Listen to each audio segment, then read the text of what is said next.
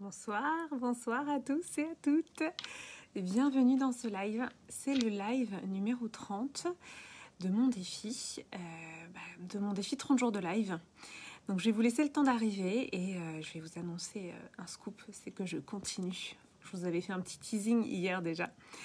Donc je vais continuer en fait ce défi qui était un défi 30 jours de live et donc je vais le prolonger de 30 jours, ce qui fait que ça devient un défi 60 jours de live. Voilà, donc c'est donc mon live 30 sur 60. Coucou Marion, bienvenue dans ce live. Je vais vous laisser le temps d'arriver, voilà, tranquillement. J'espère que vous avez passé une bonne journée. Voilà, j'espère que vous avez, je ne sais pas moi, réalisé des choses aujourd'hui. En tout cas, que vous êtes dans une belle énergie. On sait qu'il y a des jours avec et des jours sans. Coucou Marion.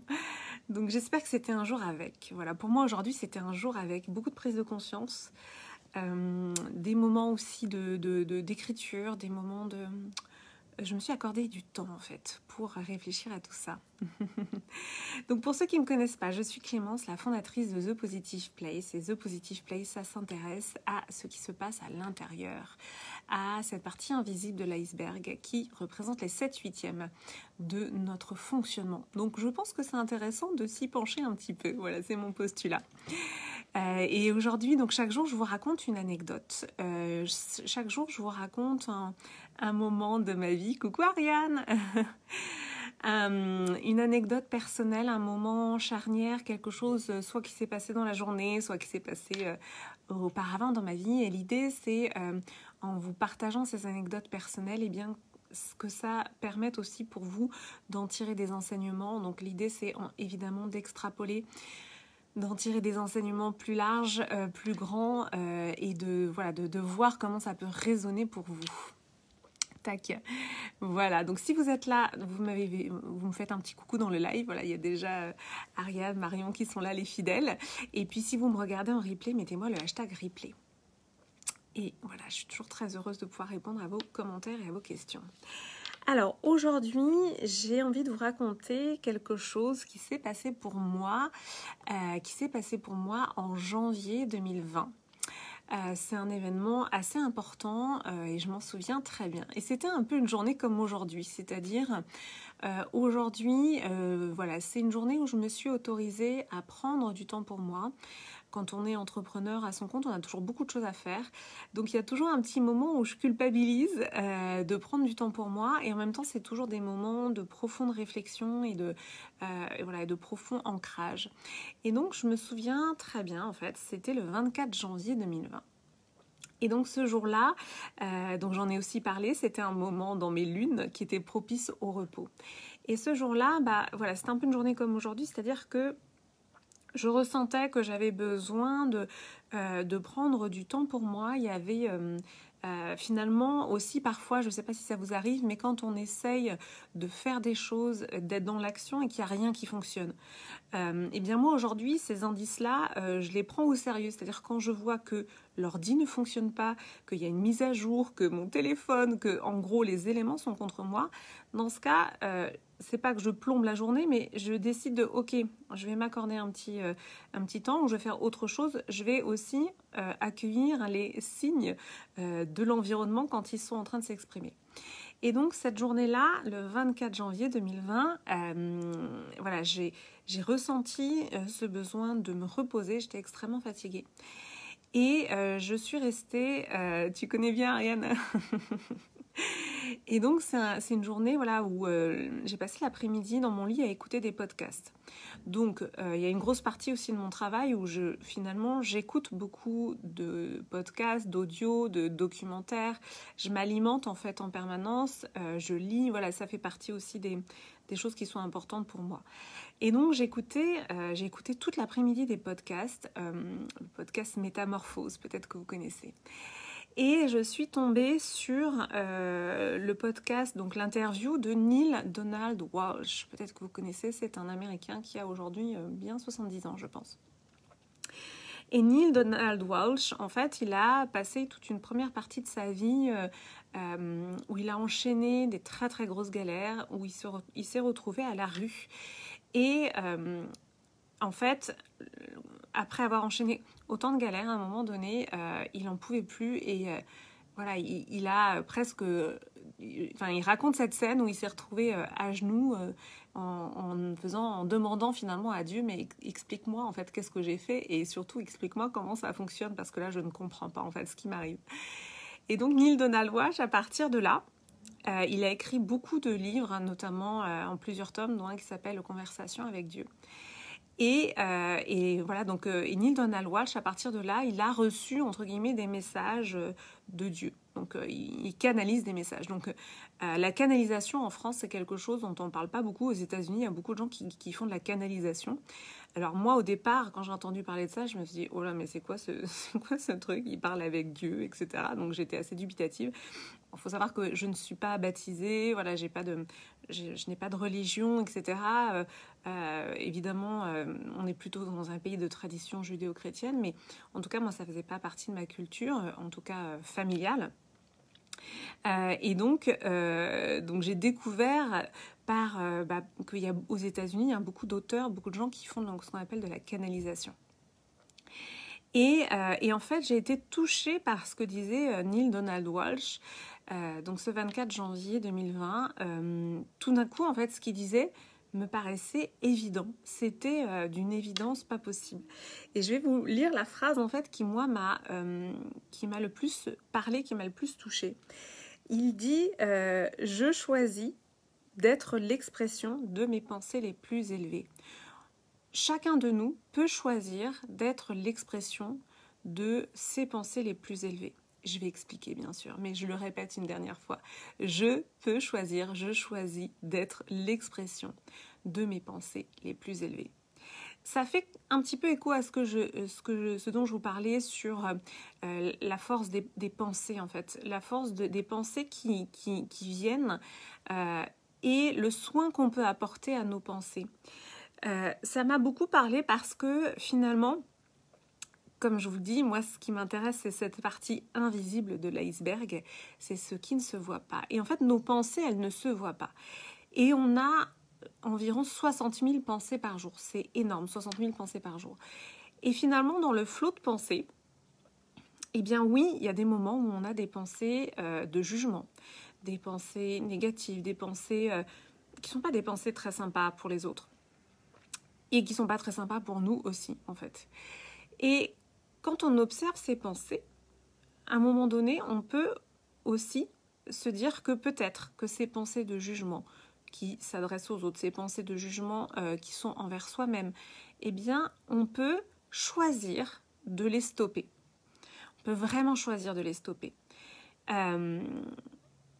Donc ça, c'est un exercice que j'ai fait il y a peut-être 2-3 ans où j'ai réalisé que déjà ma petite voix intérieure, elle me parlait très mal. C'est-à-dire que j'étais tout le temps en train de me juger moi-même. Donc déjà ma petite voix à moi, elle me disait mais t'es nulle, comment ça se fait que t'arrives pas à faire ça, mais vraiment j'étais horrible avec moi-même. Des fois j'avais cette phrase où je me disais je me déteste, pourquoi j'ai fait ça, etc. Et surtout donc cette petite voix qui était odieuse envers moi-même, c'était pour des événements complètement anodins. Donc, j'avais déjà fait, avant d'écouter ce podcast, ce travail d'isoler ma petite voix à moi, sur cette petite voix qui me jugeait moi. Et j'avais fait déjà ce travail de chaque fois qu'elle revenait, je lui disais stop. Et je vous assure que ça marche. C'est-à-dire chaque fois que ma petite voix, elle venait me dire une méchanceté, je lui disais stop. Et après, je disais dans ma tête exactement l'inverse. Par exemple, si je disais je suis nulle, si ma petite voix disait je suis nulle, eh bien j'allais en effet contrecarrer tout de suite avec non c'est ok, tout est ok, je fais de mon mieux. Voilà, je fais de mon mieux, ça c'est une phrase qui marche bien pour contrecarrer je suis nulle. Et moi j'avais cette phrase où je me disais je me déteste. C'est quand même hallucinant de dire ça. Voilà, maintenant que je suis capable d'en parler à voix haute et non pas juste dans mes pensées. Et donc je me disais je m'aime. Voilà, je contrebalançais. Donc ça c'est un travail que j'avais déjà fait depuis quelques années. Et donc j'avais cette conscience de finalement mes pensées, ma petite voix intérieure, qu'est-ce qu'elle me raconte, et si elle est méchante vis-à-vis de moi, eh bien je vais la contrebalancer tout de suite, donc sans perdre de temps. Voilà, donc ça c'est quelque chose que j'avais déjà mis en place. Super, ok Ariane, ça te parle, trop bien. Merci Olga. Donc déjà, c'est de se dire ça, enfin voilà, donc la première étape, c'était cette étape-là, de contrebalancer ma petite voix intérieure. Et là, avec Neale Donald Walsch, quand je l'ai entendu dire ça, j'ai compris que l'étape d'après pour moi, c'était d'isoler les pensées où j'allais être dans le jugement sur autrui, où j'allais critiquer quelque chose gratuitement, où j'allais avoir des pensées de jalousie, de critique, de jugement. Toutes ces pensées-là qui viennent dans notre tête, j'ai envie de dire, il n'y a pas de... Et là, quand je dis ça, aujourd'hui, j'ai des pensées encore qui viennent de cet ordre-là. Simplement, pour moi, ça a été vraiment une prise de conscience de me dire, en fait, ces pensées-là, non seulement elles me servent à rien, mais en plus, elles me font du mal, en fait, à l'intérieur. Et ça a été un moment, quand j'ai écouté ce podcast, honnêtement, c'était un moment, ce qu'on appelle les AA moments aux États-Unis, ils appellent ça comme ça, j'aime bien ce mot. Ça a été un moment de révélation parce qu'en fait, je choisis d'être l'expression de mes pensées les plus élevées. Il y avait quelque chose un peu de l'ordre, c'était un peu mystique en fait ce moment pour moi. Et je me suis mise à pleurer en me disant mais oui, c'est exactement ça. Et en plus, c'est vrai que là où Neale Donald Walsch, il m'a beaucoup touchée, c'est que il disait mais est-ce que vous avez besoin de regarder ce film avec de la violence? Et bon, et ça vous le savez, j'en ai parlé dans mes lives, ça c'est un truc que je ne comprends pas. Je ne comprends pas pourquoi on fait des films et pourquoi on va regarder des films avec de la violence qui finalement nous font du mal. Et j'ai rencontré peu de personnes qui pensent la même chose que moi sur ce sujet-là.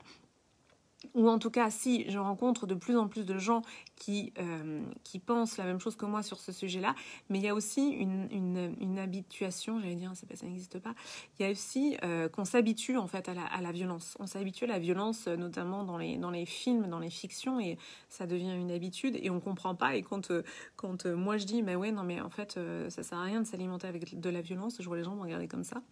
Donc là, ce moment où j'ai écouté ce podcast de Neale Donald Walsch, il y a eu donc tout d'un coup, je me suis sentie déjà comprise, soutenue dans des convictions profondes. Et Neale Donald Walsch a mis des mots sur ce qui était pour moi l'étape d'après, comme quelque chose un petit peu de l'ordre de la révélation, de cet ordre de oui, je choisis d'être l'expression de mes pensées les plus élevées chaque jour. Et c'est un sacré job, en fait, c'est un sacré job, parce que, en toute bienveillance et avec toute ma compassion, oui, on a des pensées qui nous viennent, et c'est de les accueillir et de se dire, qu'est-ce que ça dit de moi, en fait ? Qu'est-ce que cette pensée de jalousie, qu'est-ce que cette pensée d'envie, de jugement, elle dit de moi ? Et surtout qu'en France, critiquer, c'est un peu un sport national. Donc je trouve ça intéressant d'amener ça aussi dans ce live. Parce que en France, on se dit que critiquer, c'est une marque d'intelligence, en fait. Moi, ça m'a toujours beaucoup étonnée que, en fait, quand on critique, quand on a un avis sur les choses, c'est une sorte de preuve d'intelligence, qu'on a des choses à dire, etc., etc. Et donc c'est pour ça aussi que les Français ont la critique facile, parce que ils ont un avis sur tout, et dans l'absolu, j'ai envie de dire, de percevoir des choses finement, d'avoir du discernement, d'avoir un avis. Moi j'ai un avis sur les choses, on a tous des avis sur les choses. Après, c'est quelle est l'intention derrière? Est-ce que l'intention, c'est de mépriser, rabaisser, critiquer gratuitement? Quelle est l'intention derrière? Et c'est ça qui m'a beaucoup parlé dans cette phrase que je vais vous redire encore une fois. Je choisis d'être l'expression de mes pensées les plus élevées. C'est ça qui m'a beaucoup plu en fait dans cette phrase, c'est quelle est l'intention derrière en fait. C'est toujours se poser la question de l'intention. Moi ça c'est quelque chose qui m'a... pendant toute une partie de ma vie où c'était très dur pour moi parce que je ressentais les intentions. je ressentais les intentions et c'est vrai que quand on ressent les intentions des gens, parfois c'est pas très joli à voir les intentions et donc moi ça me faisait beaucoup de mal, ça me faisait ma lucidité en fait à voir, à percevoir les intentions me blessait énormément parce qu'évidemment quand je confrontais les gens à leurs intentions, ils me disaient non pas du tout. Donc déjà je percevais des intentions qui ne se voyaient pas, qui n'étaient pas très jolies. Et de deux, évidemment, les gens contestaient. Je ne confrontais pas systématiquement, évidemment.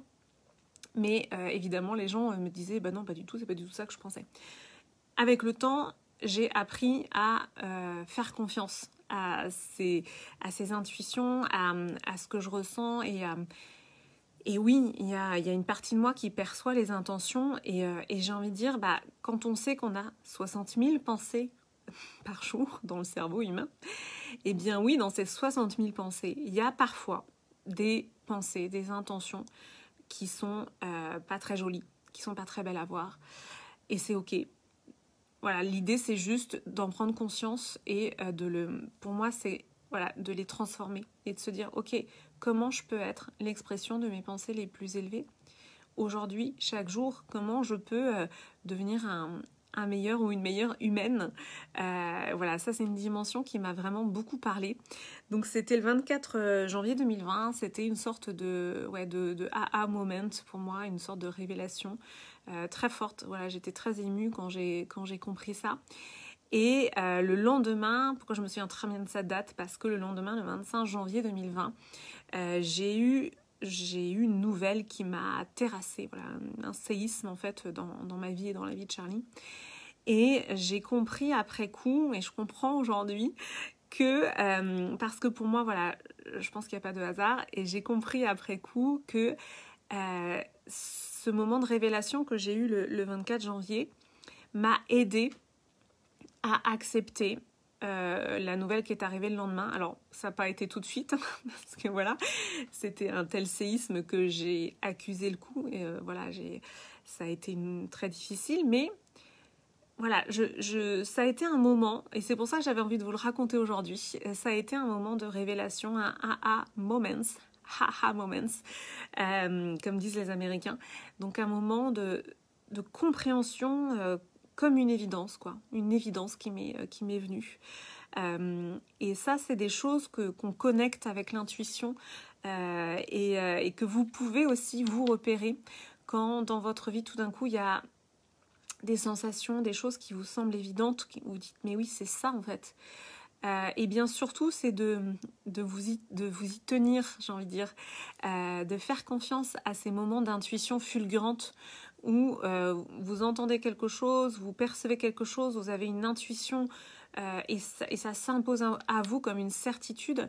Et bien, c'est vraiment le message aujourd'hui, c'est aussi de ne pas le remettre en question.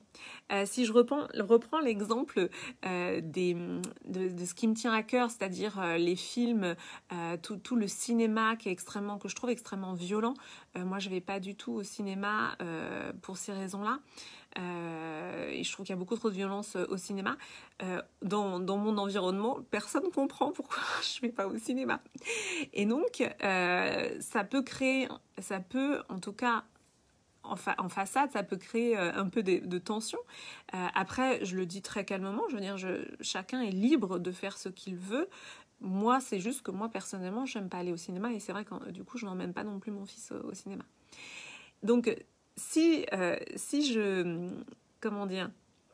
ne fais pas confiance à mon intuition, par exemple sur ce sujet du cinéma, et que je lâche alors que c'est important pour moi, finalement, je suis pas l'expression de mes pensées les plus élevées. Je suis pas l'expression de ce que je ressens profondément à l'intérieur. Je ressens profondément à l'intérieur que moi il y a des images, il y a des choses qui sont beaucoup trop violentes dans le cinéma aujourd'hui et ça me convient pas. Et donc et c'est en tenant finalement aussi ce qui est important pour vous que vous allez déjà ressentir un bien-être immédiat parce que c'est de tenir sa position dans la douceur en fait, de juste dire moi c'est juste que moi ça me convient pas, mais faites ce que vous voulez, mais moi par contre je souhaite pas. De tenir sa position dans cette douceur et dans quelque chose de simple et d'assumer, ça apporte énormément d'alignement avec ses valeurs, j'ai envie de dire de soulagement. Moi, ça m'a apporté énormément de soulagement de m'engager vis-à-vis de moi par rapport à mes valeurs. Et en effet, derrière, vous allez rencontrer des gens, vous allez écouter des podcasts, vous allez lire des livres, ou vous allez rencontrer des gens qui d'un coup vont penser comme vous. Et c'est voilà. Et donc on n'est jamais seul en fait par rapport à ces convictions. C'est juste que parfois on a des gens autour de nous qui les partagent pas, et c'est ok. Et c'est pas une raison pour renoncer à ces convictions. C'est pas une raison pour renoncer à ces fameuses pensées les plus élevées, à ce qui nous inspire et ce qui est profondément intuitif en nous, ce qui nous parle spontanément, où on se dit bah oui, vraiment, pour moi c'est ça en fait. Et ça, c'est quelque chose que j'ai ressenti pendant des années, de me sentir seule avec mes convictions, de me sentir seule avec mes pensées, de me sentir seule avec mais pourquoi tout le monde fait ça, ça va pas du tout. Donc voilà, c'est un peu le message que j'avais envie de vous partager aujourd'hui, de vous tenir à ces intuitions, à ces convictions, à ces choses qui vous portent et qui vous semblent évidentes. Et même si c'est pas évident pour l'entourage, bah c'est ok en fait. Et par contre vous avez le droit d'avoir vos convictions, d'avoir vos ressentis, et voilà, et on est là aussi ensemble ce soir pour les partager. Et voilà, si vous avez envie de me partager, vous, vos intuitions, vos ressentis, des choses où vous ne vous sentez pas forcément comprises dans votre environnement, bah, j'en serais ravie. Voilà, vous pouvez me le mettre en commentaire. Merci pour tes cœurs, Marion.